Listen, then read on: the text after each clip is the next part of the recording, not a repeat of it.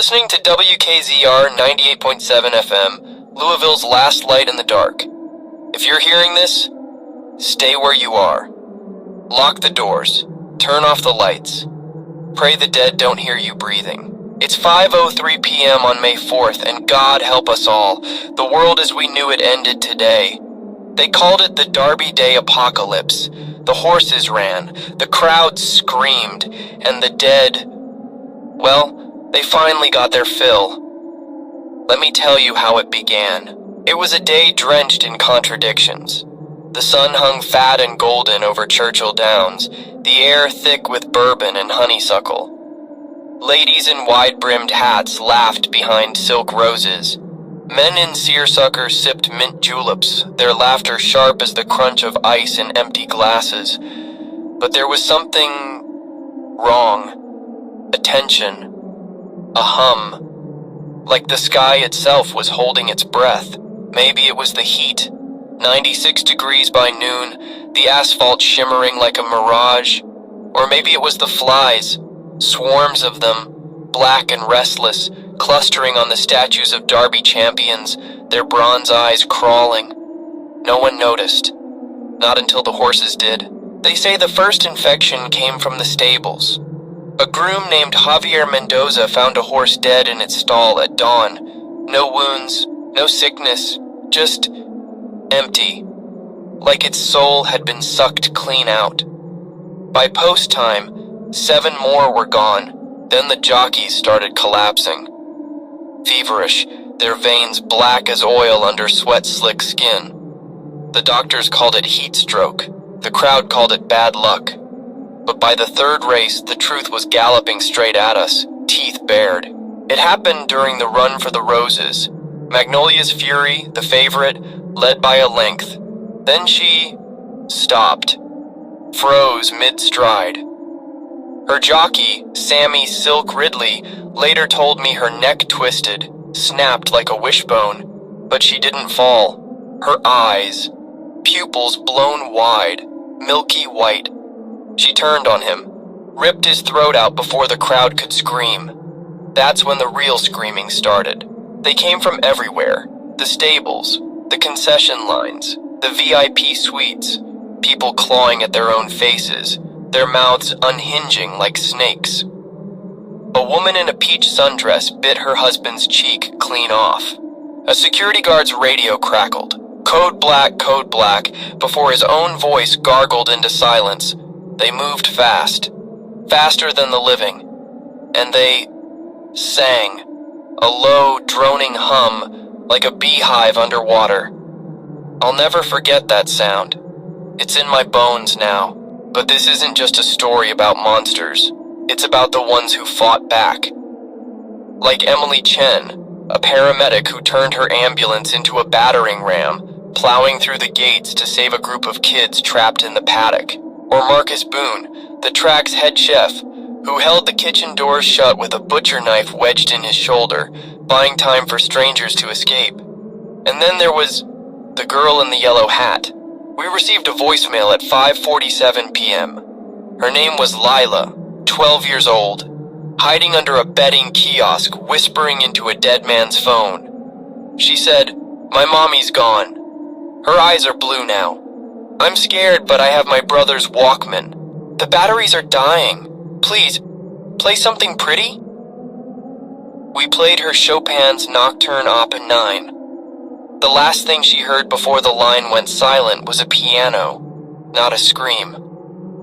Wherever you are, Lila, this one's still for you. By nightfall, the track was a graveyard. Fires burned in the grandstands, casting shadows that danced like ghouls on the rubble. But here's the thing. The dead weren't alone. There were lights, pale blue orbs floating over the infield, circling the dirt where Magnolia's Fury fell. Some survivors swore they saw shapes in the smoke, tall, slender things, watching. Not zombies, not human, and the humming, it changed, became almost musical, like a lullaby, or a warning. Reports are trickling in from beyond the track.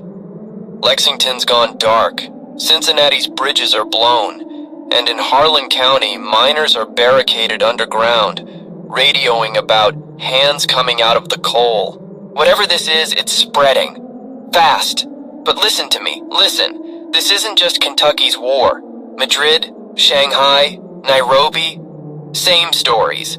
Black veins, singing corpses, blue lights. This is global, and it's ancient. Something's woken up, something hungry. I don't know how much longer this station will stay on air. The generator's fading. But if you're out there, fighting, hiding, praying, you're not alone. Stay alive. Stay quiet. And if you see the blue lights, run. Don't look back.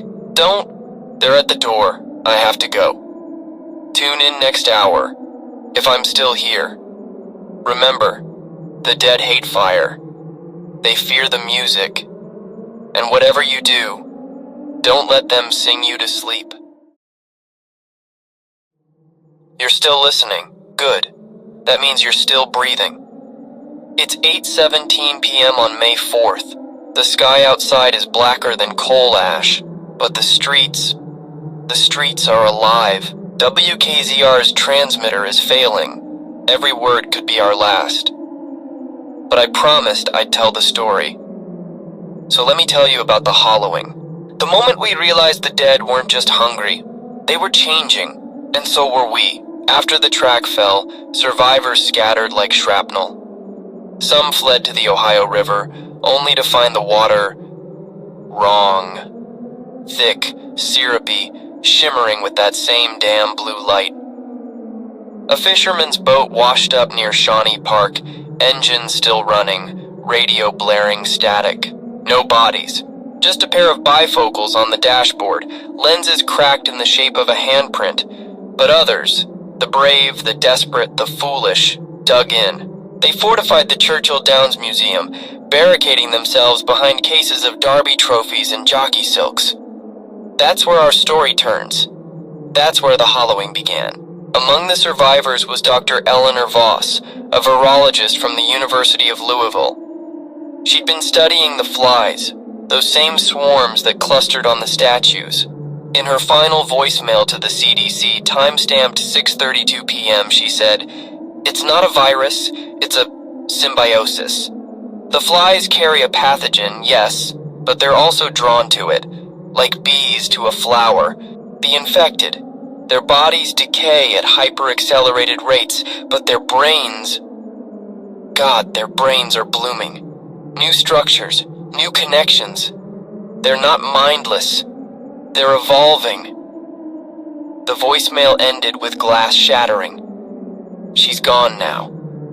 But her words, they matter. Inside the museum, the living began to hear things, whispers in the walls. A boy named Tommy Reeves swore his dead sister spoke to him through an antique writing crop. "She said the lights are doors," he told a nurse. "She said they're coming through." By midnight, half the survivors had migraines so severe they clawed at their own scalps. And then, the humming returned. Not from outside, from inside. A janitor named Frank Duval recorded it on his phone. That sound? It's the same frequency as the Derby crowd's final scream. Slowed down, reversed. The dead were broadcasting, and the living were starting to listen. But let's talk about the heroes. Or maybe the damned. Like Father Patrick Malloy, who turned the museum's chapel into a triage ward. He used communion wine to sterilize wounds and Psalm 23 as a sedative. Last I heard, he was standing on the roof, ringing the steeple bell with a sledgehammer, shouting, "Come and get me, you bastards!" Bought 43 souls an extra hour. Then there were the twins, Ava and Zoe Clark, who rigged the gift shop's souvenir keychains into shrapnel bombs. Their last act? Detonating a popcorn machine in the throat of a horde. They were 19. But not all stories end in fire. Some fade, like Howard Greer, an 82-year-old groundskeeper who'd worked the Derby for 60 years. He slipped out at dawn to mow the infield one last time. They found his body hours later, propped against the finish line post. No bites, no scratches, just a smile and a pocket full of grass seed. His overalls were soaked in gasoline. They never found the match. And then there's me. You're wondering how I'm still here, aren't you? Truth is, I shouldn't be. When they breached the station doors, I hid in the utility closet, listened as they tore Jerry, our intern, apart. He was humming along with them by the end. I've got his blood on my shoes. And something else, a bite, right here on my ankle. Don't worry, I'm not turning. Not yet. Turns out the old cliches are lies. The bite burns, yes. But it also clarifies. I can hear them now. Not the moans, the words. They're saying, join us, see. And sometimes, I want to. Global update, if any of it still matters. Tokyo's subway system is a hive. The Eiffel Tower collapsed at 3:15 a.m. local time, crushing a swarm mid-climb. And in New York, some lunatic flew a helicopter into the Statue of Liberty's torch, burned the whole harbor blue for an hour. But here's what keeps me up, the patterns. Satellite images show the outbreaks form spirals, perfect Fibonacci sequences. Ground zeros, ancient places, burial mounds, battlefields, churches built on older churches. In Bardstown, they're digging up the bourbon distilleries. Found bones in the fermenting tanks. Human? Not exactly. They're back.